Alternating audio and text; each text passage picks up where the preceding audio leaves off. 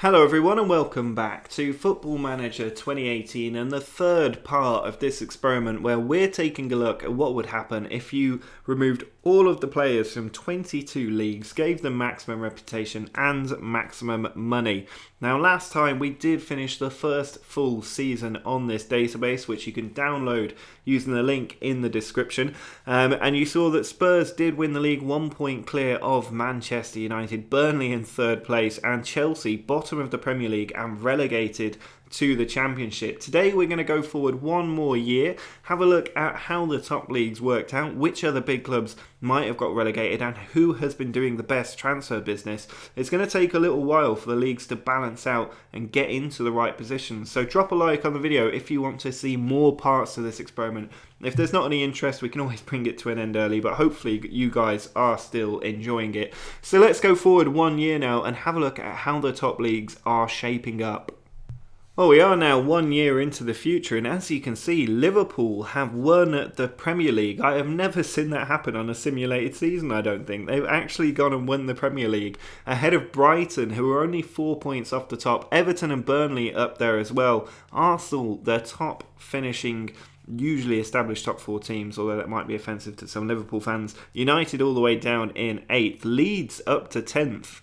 As are Ipswich in 11th, the newly promoted teams, and Manchester City have been relegated. The amount of time we put into the last experiment trying to get Manchester City relegated, it took us 20 years. On this database, it's only taken 2. And you can see right at the bottom of the Premier League, Newcastle United have been relegated. My club have gone down. If we just quickly run through the English football leagues, drop down to the Championship and see what happened here. If we look at the league table, we can see Southend, who were a newly promoted team from League One, have won the Championship. 2 consecutive promotions for Southend have got them up into the Premier League. Maybe they'll even win the Premier League next time out. Birmingham in 2nd place. Who's finished down at the bottom? Chelsea nearly getting 2 consecutive relegations. Right down there. Reading, Hull and Sheffield United all went down. Middlesbrough nearly went down too.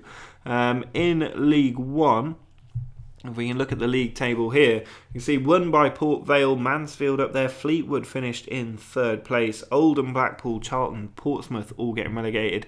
And in League 2, we can see Ebbsfleet, the non-league team, won it with 111 points, or former non-league team. So they have got 2 consecutive promotions as well, I believe. I'll just double check that and make sure I'm not being silly. Now they have. They've won, or finished 2nd in the Vanarama National League South, then won the Vanarama, or 2nd again in the Vanarama National League before winning League 2. So 3 consecutive promotions for Ebbsfleet mean that they're right up at the top now. If we look at the transfer history across the Premier League and all of the other leagues, Blackburn, the top spending team in England, £101 million on Domenico Berardi from Kidderminster.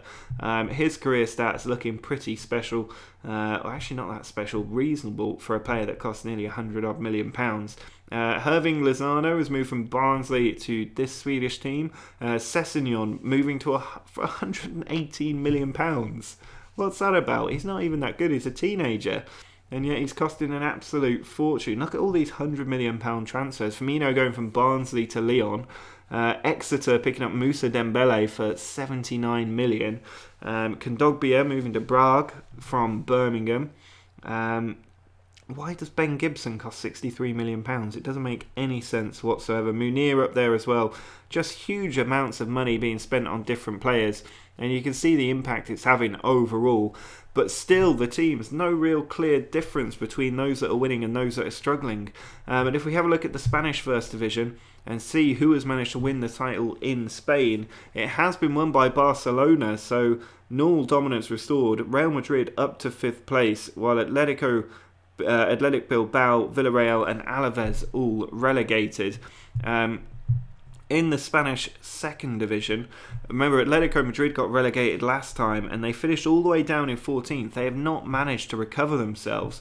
And if we have a look at the transfer screen, then we can see right at the top, Kakuta is the biggest transfer for £150 million from to Alcorcon from a team I won't even try and pronounce. I'm just butchering everything at the moment. But not as much money being dished around in Spain, and a lot of them players going out. Forest Green signed Adrian Silva for 77 million. Forest Green down in Sky Bet League 2 and able to spend that kind of money and attract that kind of player. You can see Kidderminster picking up players for 42 million as well.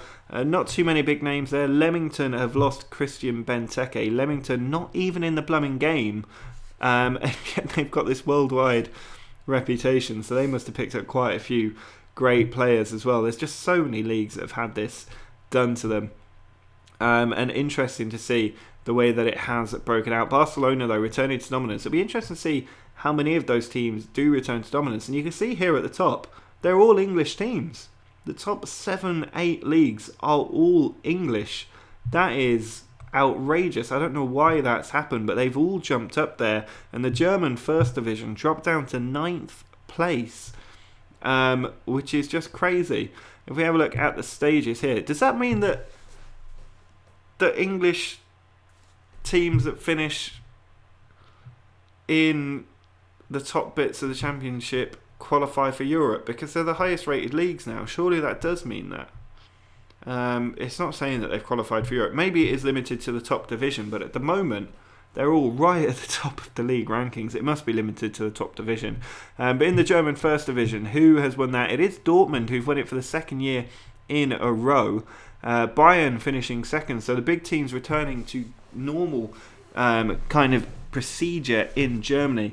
And I think the only difference between the big teams and the other teams is both their stadiums and their attendances. So maybe that's having an impact on the overall screen, because everything else should be pretty much reset to a neutral level. Obviously their training facilities and youth facilities may play a factor as well, so that's something to keep in mind. But at the moment, business returning to usual in Germany. If we look at their transfers, you can see the biggest transfer was to Braunschweig from Stuttgart for nearly £98 million. A man called Arp, the person being signed in the German First Division, 19-year-old. We've also got 73 million clear pounds being spent by Schalke from Espanyol for NATO. Sanabria moving to Freiburg for 77 million. Jadon Sancho going to Freiburg as well for nearly 83 million. A huge amount of money spent by them. Piedemonte going to Halmstad for 49. Destro going to Bayern for 71. I mean, these numbers are absolutely out of this world, the amount of money being spent. If we go back and have a look at Serie A, we can see that this one has been won by Juventus. No major surprises there. They won it last season as well, so they have immediately returned to the top of Italian football. No break in service here. But Napoli finishing bottom of the league with just 27 points is very disappointing. And if we look at the transfers for that season in Italy, then we can see Divock Origi, 95 million to Juventus, clear paid. 99 million for Rabiot to Juventus as well. They are starting to pick off the best players and bring them in. Abubakar down there as well. Quite a few different players. We should drop down actually and just check that no big teams have been relegated from Serie B. If we look at the stages and the league table, then we can see at the bottom 3 teams getting relegated, 2 in the playoffs there as well. But Genoa now relegated to Serie C. In League 1, who have we got here? If we look at the stages and the full league table, you can see Nice have won it. PSG finishing 3rd. Strasbourg, who I think finished much higher up in the table the previous season, have now been relegated. Toulouse down there as well. Lyon down there. If we drop down to the French League 2 and have a look at their league table, then we can see Paris FC getting relegated, but not too many surprises down there. No big teams relegated too far so far. In Sweden, who have we got here? Halmstad. The current champions are Norrköping. Norrköping. Let's go with that. Transfers in the Swedish First Division, pretty impressive. 100 million spent on Alexandro from Liverpool. 60 million on Sarabia from Barcelona.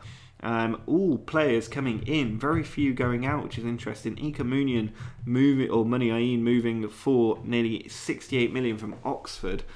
Hamšík going there as well. Kramaric moving, Misakio moving, Bellarabi going there.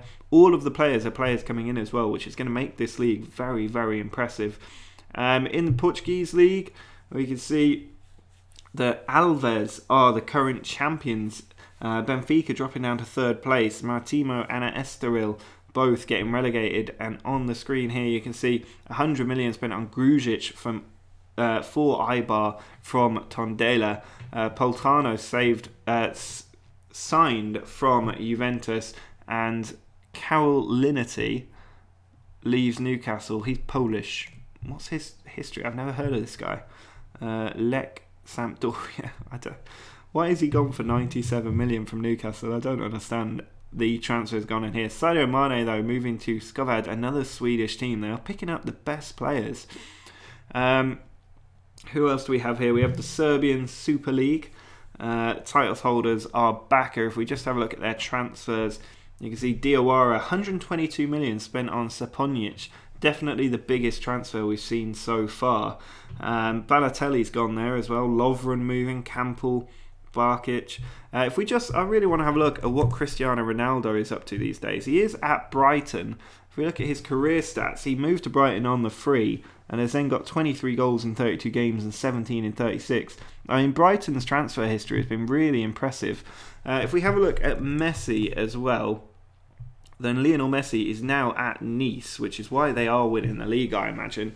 Moved there for 49 million from Crystal Palace, who were doing so well with him, getting so many goals. But now he's at Nice, he is tearing it up in the French league. Neymar, where's he at these days? I think he was at Arsenal, so I'd be surprised if he'd left, and he hasn't. He is still at Arsenal, getting quite a few goals for them and doing them very well. It's the reason that Arsenal have continued to do so well in the Premier League. They also had Gareth Bale in their team last time we looked. If we have a look again, he's now at Aldershot. Or was he at Aldershot all along? No, he's moved to Aldershot. He's gone to the Vanarama National from the Premier League for £59 million. And he's doing brilliantly down there for Aldershot, which you might expect. I mean, that's a crazy transfer to have been made. But next, if we have a look at the FA Cup, because I think a non-league team won the FA Cup last time.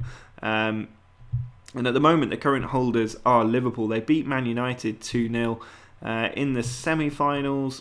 You can see Bognor Regis lost out to Man United. 6th round, maiden header in there. In the Spanish Cup, who won the Spanish Cup? That was won by Barcelona over Vigo. Semi-final, you've got Atletico Pamplona, who are down in the 2nd division. Carabao Cup, currently 3rd ranked competition, won by Brighton over Everton. You'll get less surprises here because it's only league teams. The Community Shield is now the 4th most reputable trophy. The Czech Trade Trophy is now the 5th most reputable trophy. I do not understand why the English trophies are coming up at the top of the rankings. But you've got the German Cup, which was won by Köln. Italian Cup, won by Fiorentina. Serbian Cup, I'm not sure we're too interested in that one. Supertassa won by Sporting. French Cup won by Bordeaux. And Coupe de la Ligue was won by Nice. If we have a look at the Champions League, then we can see the current holders, Manchester United beating Nice. Nice looking like they might be the superpower of world football now. Burnley beaten in the semi-finals of the Champions League in 2019. Who saw that coming? Spurs made it there as well. And in the quarters, you've got Coruña and Malmo in there. So some shake-up at the top end of European football. Other random teams to get through. Not too many, actually. It's pretty much business as usual. We've got Köln and Lazio in there, maybe Lyon as well, but generally not too much difference in the knockout stages of the Champions League. So interested in the way that that's dropped out. If we drop down and look at the Europa League, Pitya IF, a Swedish 2nd Division North team, have won the Europa League. How did they even qualify for it? That's what I don't understand. What happened that they won it? If we look at their competitions history, you can see they won the Swedish 2nd Division North.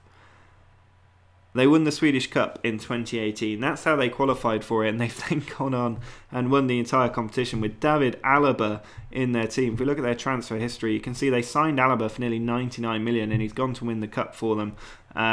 But they only picked up Alberto Moreno. Who is in their squad that they're able to win the Europa League? They don't even have any players in their squad, and they've won the Europa League against Liverpool. I don't understand this at all. I just don't get what is happening, because Liverpool have got a decent squad. They've got a fully fledged out squad on enormous wages as well. Denis Suarez, Olivier, Montoya, Jack Wilshere, Cahill, Medel. And you can see the inflated wages are there because there's so much money in the game. and all of the teams can compete on a level playing field for every player. So it's only the ones that offer the most amount of money that can actually pick the players up. But Patea have gone and won the Europa League. It doesn't make any sense whatsoever. But that is the new world order at the moment. And Manchester United, currently the champions of Europe, holding on to their position. They've done very well out of this. Although at the moment they are in 8th place in the Premier League, currently managed by Eddie Howe. So I think that's going to be it for this part of this experiment. Do drop a like on the video though if you're still enjoying this. Next time out, I think I'm probably going to go 2 or 3 years into the future and try and get through things a little bit quicker. Maybe look a little bit less at the transfers and then just focus on the general league performance and positions of different teams. But let me know in the comments how you would like me to take this experiment forward. Do drop a like on the video, like I said, if you're still enjoying this and want to see more parts of it. You can also subscribe. The new parts of this experiment will be out in a couple of days' time. And you can also go and check out my website, jenkaldo.com, using the link in the description. Also, you can support the channel on Twitter or Patreon. A lot of shout outs here at the end, but thanks to everybody that does support the channel, and until next time, see ya.